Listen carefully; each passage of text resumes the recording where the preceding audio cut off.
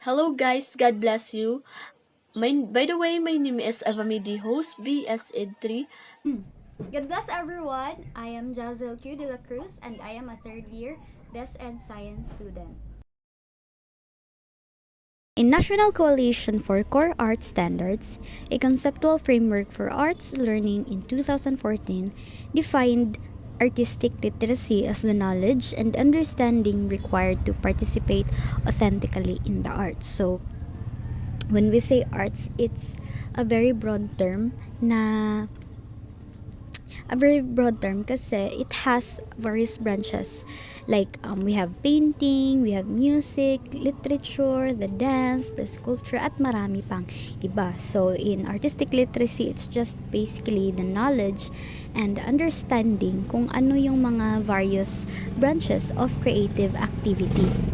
It requires the students to be engaged in artistic creation processes directly through the use of materials in specific spaces. So of course, when you are teaching, for example, music, so you have to let your students use materials.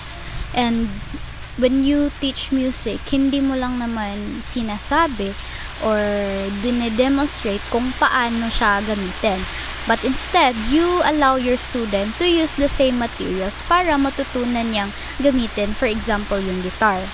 So that's why in teaching artistic literacy or in artistic literacy, you require your students to have an engagement through the use of materials. Engaging the quality art of education experience to provide the student with an outlet for powerful creative expression, communication, aesthetic rich understanding, and connection to the world around them. So being able to critically read, write, and speak about art should not be the sole constitute factor for what counts as literacy in the arts of Seinfeld 2015. So for example, of this is kanang mag-drawing ka. So dapat imong drawing with creatively. Kay dira man jud nimo makita ang imong drawing na creative baka kay imong drawing with creative, it's not easy if you don't have knowledge on how to draw or dili jud nimo mabuhat. That's why we need to be knowledgeable. So next one is the flexibility of the forms comprising the arts position students to embody a range of literate practices. First one, use their mind in verbal and non-verbal ways. So this is actually not just helpful in a way that we can actually think critically through verbal and non-verbal ways. So for example, like painting, it does not only use non-verbal way for recording history or in arts. It is also for conveying a wide range of stories, emotions, and feelings. So it does not only limit verbal and non-verbal when it comes to arts. So next one is communicate complex ideas in a variety of forms. So arts is of course a form of communication. So just like in the ancient times, they use images carved on the cave. So yung mga images na ginagamit nila, mga symbols, is yun yung mga ginagamit nila for communication. Because before, way back ancient times, hindi sila gumagamit ng mga text, hindi sila gumagamit ng mga words, but they use images or mga arts. So next one is understand words, sounds, or images. So, of course, writers use verbal languages, diba? And artists use visual languages to communicate. So in order for arts to be used in communication, so dapat ikaw mismo marunong ka or alam mo kung ano yung meaning na ginagamit mong symbol. For example, sa color, 'di ba? Pag blue is peace or spiritual or happiness pag blue. Pag red, chaos or anger. So 'di ba? Yung mga colors, yung mga symbols, mga images, may different meaning 'yon. and and dapat alam mo kung anong mga meaning ng mga words at symbols na ginagamit mo para alam mo kung saan ito gamitin, paano ito gagamitin, at saan ito pwede at appropriate gamitin. So next one is imagine new possibilities. Of course, we are creating eh.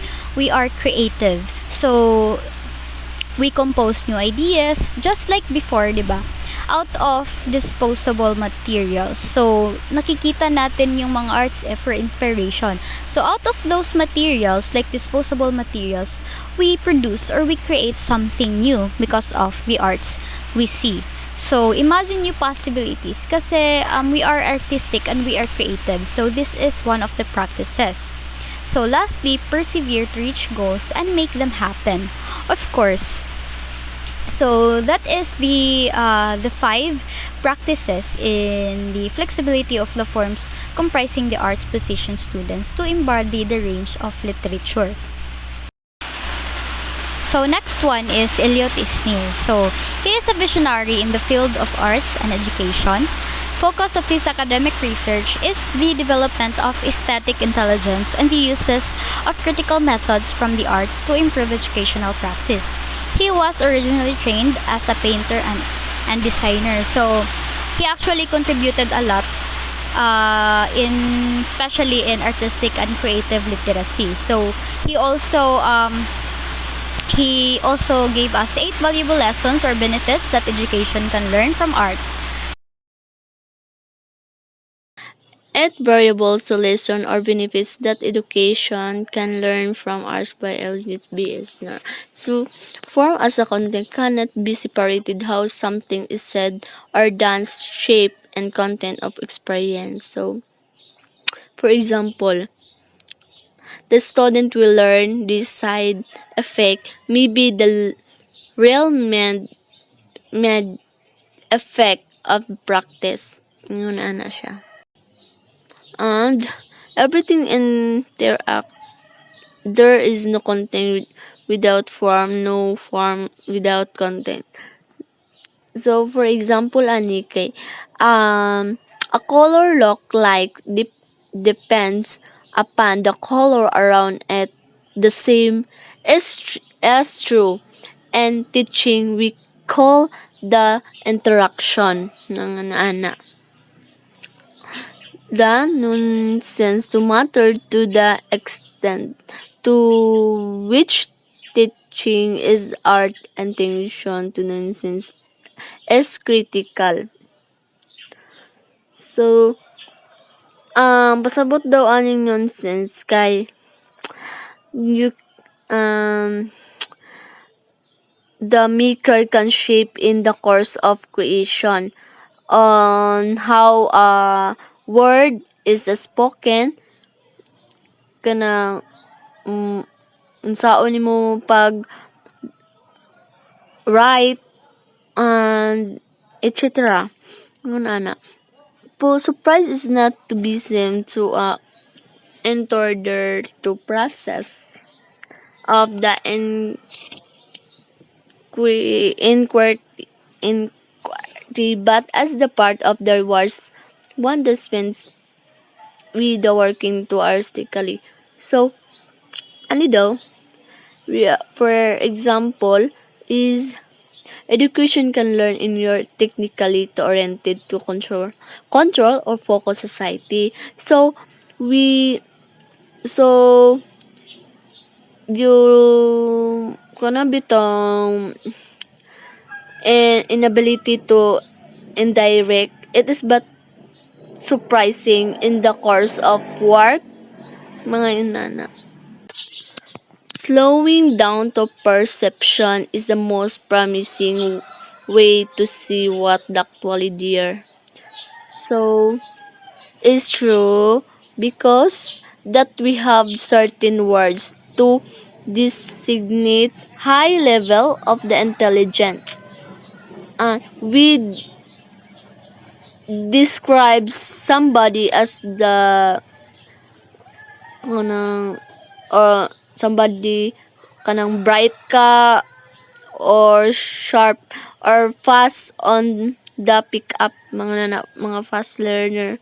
Next is the limits of language are not limited to cognitions. We know the more than we can tell in the common terms. Literacy refers instinctively to ability to read and write. Somatic experience is one of the most important indicators in the someone has the can at it right kanang we come to know the word through the ental means of our body in the word itself. Mga ana. The open task permit the exercise of imagination, and the exercise of the imagination is one of the most important of human aptitude. Yeah. So the education can learn to help the student treat the work as the art is no small achievement achievement. So as for me, kanang education is important because it gives a way to success in life, in help to the understand the world and yourself. To it help to improve the involves the society, mga ingon ana. So next one is the traits of artistically literate individuals. So dito natin makikita or dito mo ma-evaluate ang sarili mo if you are actually an artistic literate individual. Pag meron ka lahat nito, you are literate enough when it comes to arts. So first one is use a variety or artistic medias, symbols, and metaphors to communicate their own ideas, respond to the artistic communication of others. So, I already said kanina na arts is a form of communication, and of course, to use a variety of media, symbols, and metaphors. As I said kanina, we should know the meaning of the symbols we use. Dapat alam natin yung mga symbols kung paano siya gamitin. Kasi, just like before, I know someone, he is actually a TikToker where he used a symbol, pinatato niya yung symbol, and hindi niya alam yung symbol nga, it kind of like offended other people. Kasi hindi niya alam kung ano yung symbol na ginagamit niya, na gusto niyang ilagay sa katawan niya, and as a result, he offended people. So, dapat alam mo yung symbols or images na ginagamit mo or gagamitin mo. Next one is develop creative personal realization in at least one art from in which they continue active involvement as an adult. So, before, at a young age, so siguro naman nagdodraw tayo, may mga ginagawa tayong arts, creative tayo before, and as you grow older, meron kang mga realization, ganito pala dapat, ito pala ang meaning nito. So, there's a development of personal realization sa art na ginagawa mo. So, next one is cultivate culture, history, and other connections through diverse forms and genres of artwork. So, do researches first before making arts, because this may become a basis of information and for your art to become factual. So, art influences society by changing opinions, instilling values, and translating experiences across space and time. So, next one, find joy, inspiration, peace, intellectual stimulation, and meaning when they practice in the arts. So, it's really important talaga and to find inspiration para makakreate ka ng your own arts. Maske kahit you are sad, you are happy, you create meaning or you create something out of those emotions. And that is actually an advantage for an artist. So lastly, seek artistic experiences and support the arts in their community. So seek artistic experiences. So this is actually to enhance your art abilities and also support the arts in their community. So dapat you have positive values. So positive values should be present and learn how to appreciate other artworks. Kasi sa ibang artworks may matutunan ka, there's communication. So this is actually important. Next one is the issues in teaching creativity according to Ken Robinson. So, according to him, he actually emphasizes a question where he asked, do schools kill creativity? So, he stressed paradigms in the education system that actually hamper the development of creative capacity among the students or among the learners. So in this one, he reiterated the hierarchy of systems. So firstly, most useful subjects such as mathematics and languages for work are at the top while arts are at the bottom. Secondly, academic ability has come to dominate our view of intelligence. So these two is the issues raised by Ken Robinson, and based on that, he challenged educators in the next slide, and that is in the next slide. Robinson challenges to educators too. And number one, educate the well-being the learners and shift from the conventional learning to toward academic ability alone. So, sa ako lang, for example, you can be implement the activity the student relate the education. For example, you can give the student the slogan in by group. So dapat naa sila'y collaboration.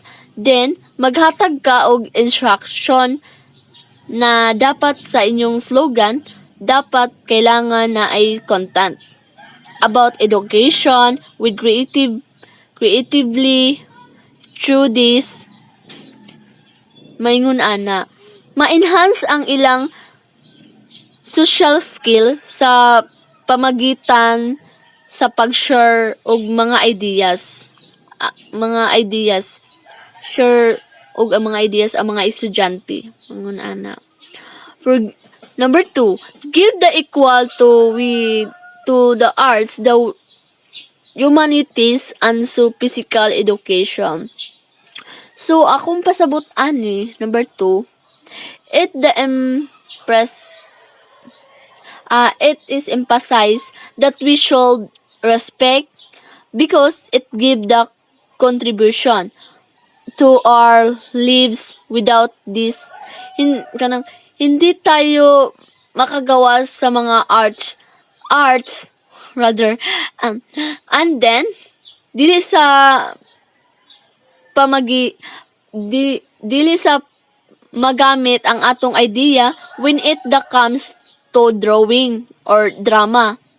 That's why kanang important jud na i-improve nato og unsa ka essential ang arts. So the third one, facilitate learning and work towards stimulating curiosity among learners. So as a future educators, it is our role to encourage students to embrace their curiosity. And it is actually an important part of education. It is the key to learning. So in research studies, it was stated that the more we are curious about the subject, we are much more likely to remember information we learned about the subject. So curiosity is important. And lastly, awaken and develop powers of creativity among learners and view intelligence as diverse, dynamic, and distinct, contrary to common belief that it should be academic ability geared. So we should also consider arts as intelligence, as it should, and it is fact that arts is also an intelligence. So tayo as a future educator, so it is really important for us, it is really important to educate our students and tutulungan natin sila to develop their creativity sa ating mga students, kasi arts is, as I've read some studies, na someone said that arts in education is not an option, but it is a necessity. So that's why arts is really important, and we should teach our students we should transform, we should help transform our students to become artistically and creative, to become literate enough when it comes to arts.